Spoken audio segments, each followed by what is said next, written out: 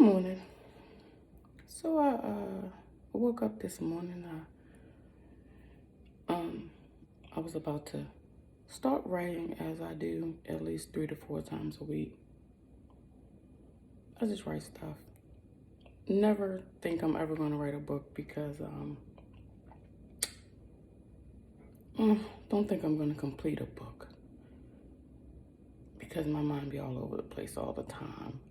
But not in bad ways. Just I think a lot. The way I think now is more beneficial to me instead of harmful. I decided to basically do another YouTube video this morning just because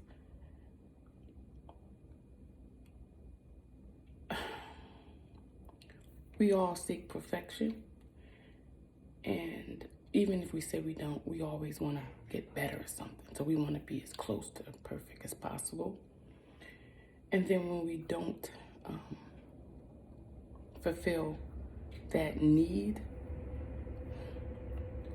feelings change, and most of the time it goes negative. Just over my experience over the years and a lot of things, from weight till my friendships, relationships,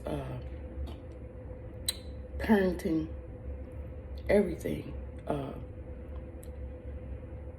When I try to perfect it, I mess up. Definitely not saying trying to be better. I'm definitely not trying to say not to be better at things. But at the same time, what I am trying to say is make sure that when you don't hit the mark, don't knock it or yourself. Don't take 10, 20, even 2 steps back. Just rethink it and see if there's a better way. Just in my years, I've the friends that I have come across that were either there for, most of them were there for a season or so. I have to blame myself because, so many memes out there or sayings about, if the blame is always on somebody, you pointing the finger at somebody, it's always 4 fingers back at you. So that used to bother me a lot when I would lose a relationship or a friendship. So I was like, what is wrong with me? Oh my God, it can't be just them. I've come to realize that sometimes it's just that they were only there for that moment. It wasn't that it was a problem with you at all. It was that it wasn't a good fit. Some people move forward, some people are stagnant, and others just continually move backwards. We all have different viewpoints and opinions, and sometimes we can't handle another person's opinion. And with that being said, that's hard. Just like right now with the government, the presidency, the Congress, all 3 of basically the executive branches, all of those legislative branches, judiciary, all of them, they tore up. And we battling about who are we supposed to go with? Are we supposed to go with what we totally believe, or should we let society change our minds and opinions? And that is something that each one as an individual has to deal with. My thoughts this morning was basically, before I even started rambling like I do, I was going into, today I was writing about marriage. I was going to be writing about marriage. So I'm going to talk just a few minutes about it, then I'm going to be done. I'm going to go to write. It's amazing how in marriages, so many things go on behind closed doors people don't know about, unless it's someone lives in your home and actually sees it, or you have a person like me that doesn't mind sharing anything, the good, the bad, the ugly, the great, all of that. But what I want to tell people that are in relationships today, relationships, marriages, situationships, we're not going to talk about situationships because situationships is a whole nother ball game. We're going to talk about those open relationships, the relation, not open like you can deal with everybody, but the relationships that are out in the open in marriages. When we have our significant other, a lot of our arguments and mishaps are because we're not in agreement. And when you're not in agreement, it's an issue.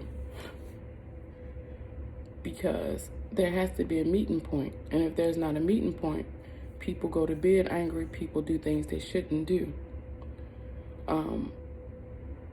Within and without the marriage or relationship. Another thing is, it comes back to that perfection thing. We all want the perfect. We want the perfect mate. We're not gonna get that because we can't be the perfect person to our mate. We have things that we change. We have things that we try to change, but it's just in us that we can't change it. And we have things that we change, but then we don't like ourselves because we've changed for someone else and it's not really us.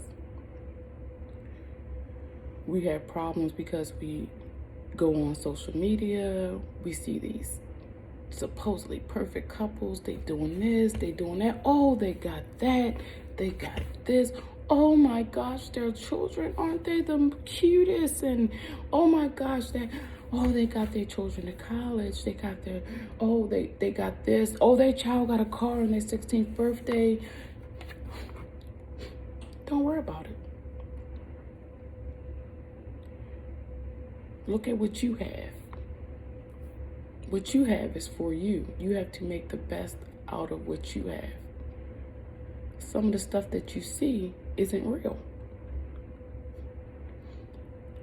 I've seen people. I've been around people.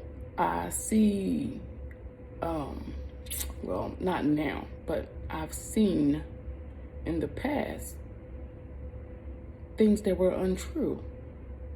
But when you're in the person's presence, you see what's real. And the one thing that I know is that love within a relationship should top it all. I've been poor, that I was literally asking my mom and my grandmother for money on a regular to assist me with bills. The thing was, when I was doing it with someone that wasn't trying with me, I was very, very, very unhappy. But I stayed in a relationship just to say I had somebody. But I was miserable, extra miserable. Like, he was my 20, and I still was missing my 80. That was before the world of Facebook and Instagram and all of that. Then, now, I have an awesome husband. But guess what? I don't like him all the time. He's annoying, just as I am to him. We have problems. But the thing is, the problems that we've had in the past that were astronomical and was causing some real ruckus, we were smart enough to eventually, it took 20 years, but we went and got counseling. And during that counseling, I learned a lot of stuff about me. was a bigger problem than I thought. All the self-reflecting that I've done on myself, I still had not self-reflected on the parts of me that concern my marriage. It was the things I concentrated on trying to fix me from past experiences, not just my sexual abuse, a lot of things. My parenting skills, my children, how to be a better mother, how to, to be a better grandmother than I was a mother. And I'm not saying at all that I was a bad mother, because I still gonna give myself some kudos. I was a hell of a mother. I just made some mistakes along the way. Some things I was taught, I carried on until I grew up and learned better. I guess that's why I had 6. I could try something different with each one of them. Still not perfect, but I'm the best mother that I could be. I've always been the best mother I could be, every step along the way. But let's get back to this marriage thing.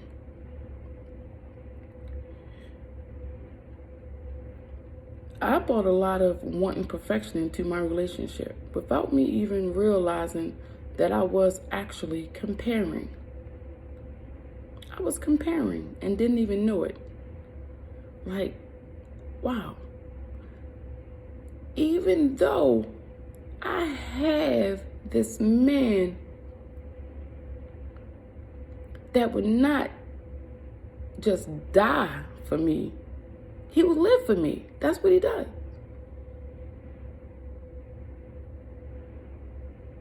I know sometimes this man don't feel like going to work. He goes. Why? Not for him. Well, I'm lying. It's for him too, because he gotta live wherever we live. But he goes for me. It used to be us, me and the kids. All 6 of them. But now, he goes for me. You see me. I'm not into nails, hair. I'm not into fashion. I'm a Walmart queen. I see something in Walmart, I'm gonna pick it up. If I see something anywhere else that I do go, which I don't go many places even before this pandemic, I'm the person that just likes to food shop. Everybody at Publix knows my name now. At first it was Giant when I lived in Maryland. Publix and Walmart, whichever one is my local one, they know me when I come in there. All I ask, I'd like time, and when I don't get time, the time that I want, I'm not good. I'm spoiled, and I'm working on that.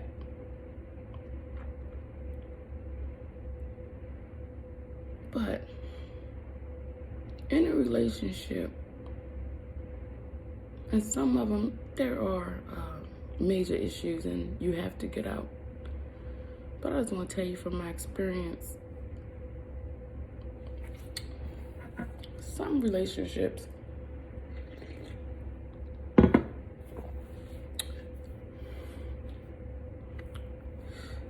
the real problem is not looked at, it's everything else.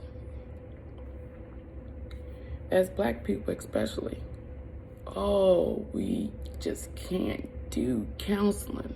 It's the worst thing. We can't let people in that business. I'm not even sure if, when I asked my husband for counseling 10 years ago, if that would have been right either, because it's all about timing as well. I don't know. But I know that last year, when we made this move, it took me away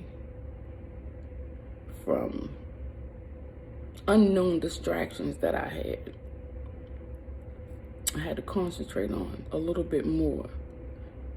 I didn't have my grandkids to pop up anytime, so my mind could think about just us, just me, my husband, and our youngest son moved here. Just the 2 Roberts and Nikki.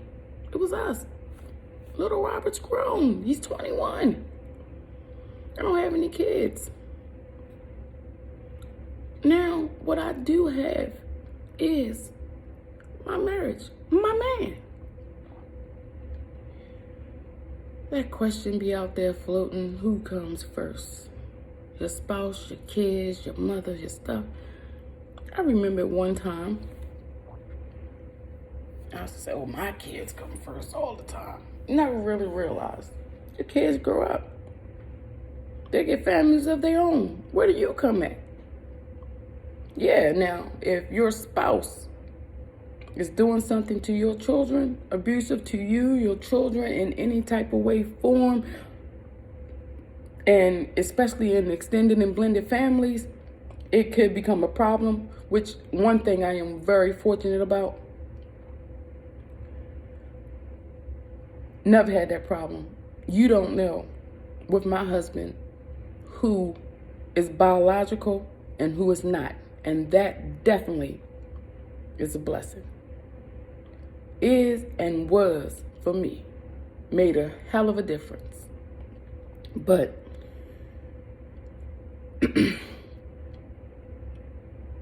your spouse is the one you have to rely on, count on, and love for the rest of your life. That's who you chose, and that's who he chose.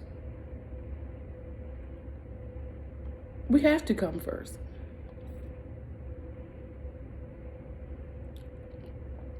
When we be in here dancing around, when he feels like it, oh, those are my greatest moments, because all he wants to do is go to work Monday through Friday, watch TV, smoke his cigarettes, have a drink, and go to bed.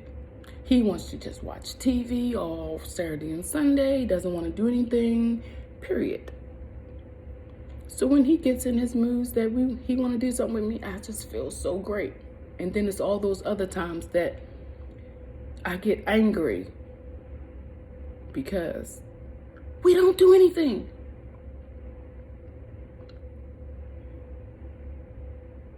So if you see me posting up about a dance, it's an occasion for me and him. It doesn't happen too much. We used to have once a month date nights. They're gone. We see each other every day. But marriage is tough. Material things are not it. So,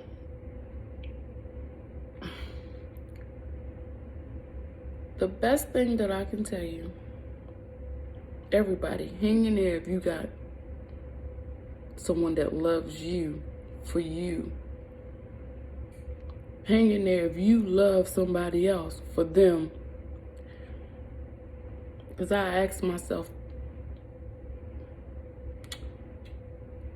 before we went to counseling this year, we went to counseling earlier this year, just before the pandemic started, and it actually ended because of the pandemic. We didn't like the virtual visits.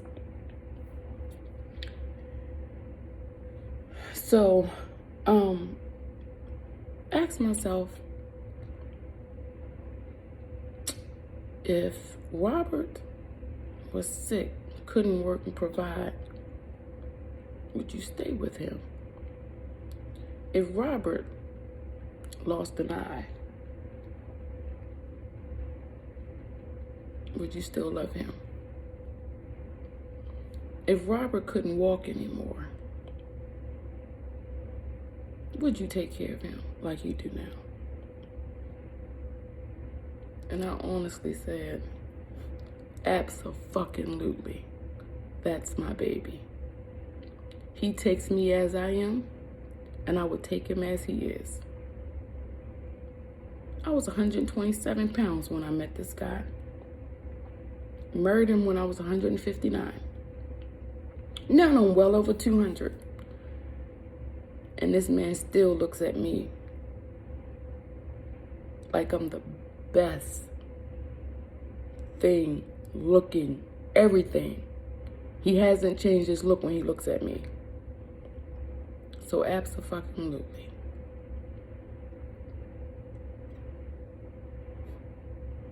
Absolutely.